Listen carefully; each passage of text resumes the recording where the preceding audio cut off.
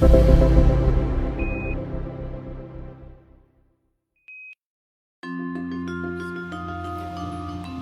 light. You might know it as the stuff that causes sunburns, but in fact, it plays a key role in making life possible. UV light is the range of light just beyond human vision. Even though we can't see it, UV light from the sun has fundamentally shaped the planet we live on. Could it be a key to finding other planets capable of supporting life? I know some rocket scientists who think so. We're here in Australia, and we're gonna launch some rockets. We're following 2 NASA rocket missions as they try to understand how stars make the planets around them suitable for life. I'm Miles Hatfield, and in this episode, we're exploring how ultraviolet light can make or break a planet's ability to support life.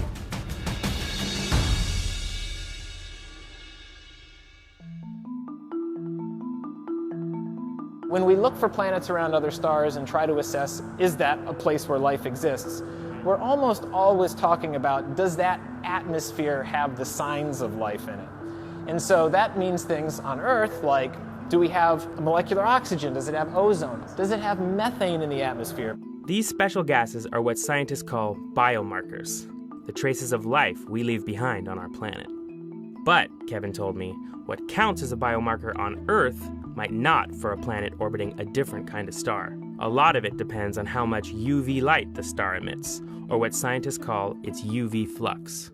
There are kind of 2 big things that UV light does to a planet's atmosphere. One, it drives photochemistry in the atmosphere. So Earth's atmosphere is a combination of things that happen photochemically and things that happen biologically and then float up. Our ozone layer is a great example. About 2.5 billion years ago, bacteria in Earth's ancient oceans had just become the first photosynthesizers. In other words, as those little guys broke wind, Earth's atmosphere started filling up with oxygen. Don't think too hard about that.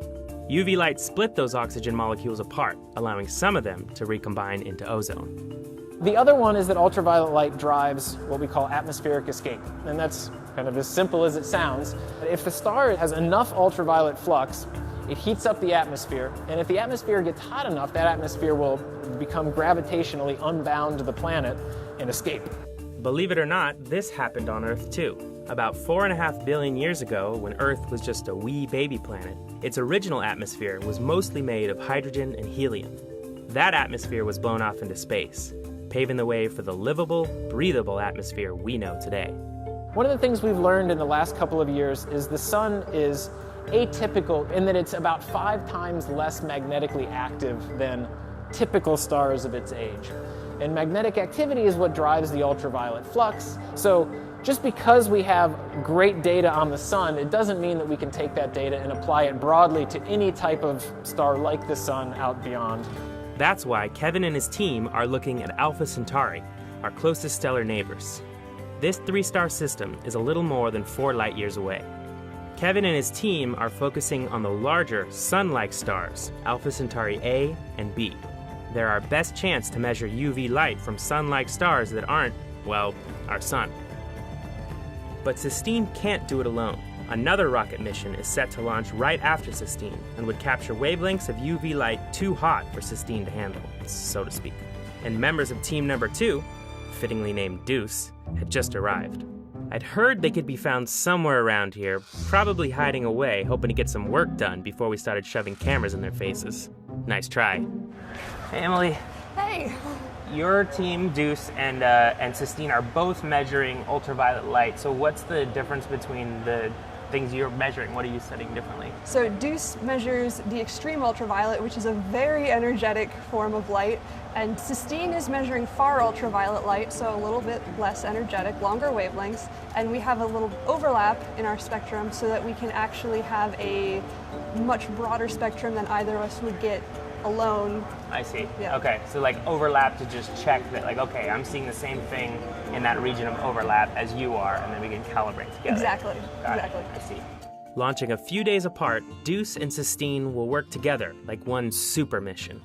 The end goal goes beyond Alpha Centauri, and even sun-like stars, to an understanding of star-planet systems in general.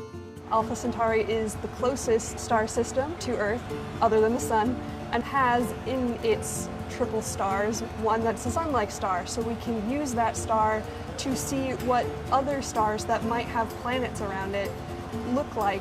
What is your role during launch? What are you going to be doing? So I will be steering the payload. You are pointing the telescope Yes. and making sure it's Yes. aligned on the star. Yeah. Wow. Yeah, that's a big job. Yeah. Next time, as we prepare for launch, a look behind the scenes at the space vehicles that will get us there. Vroom vroom.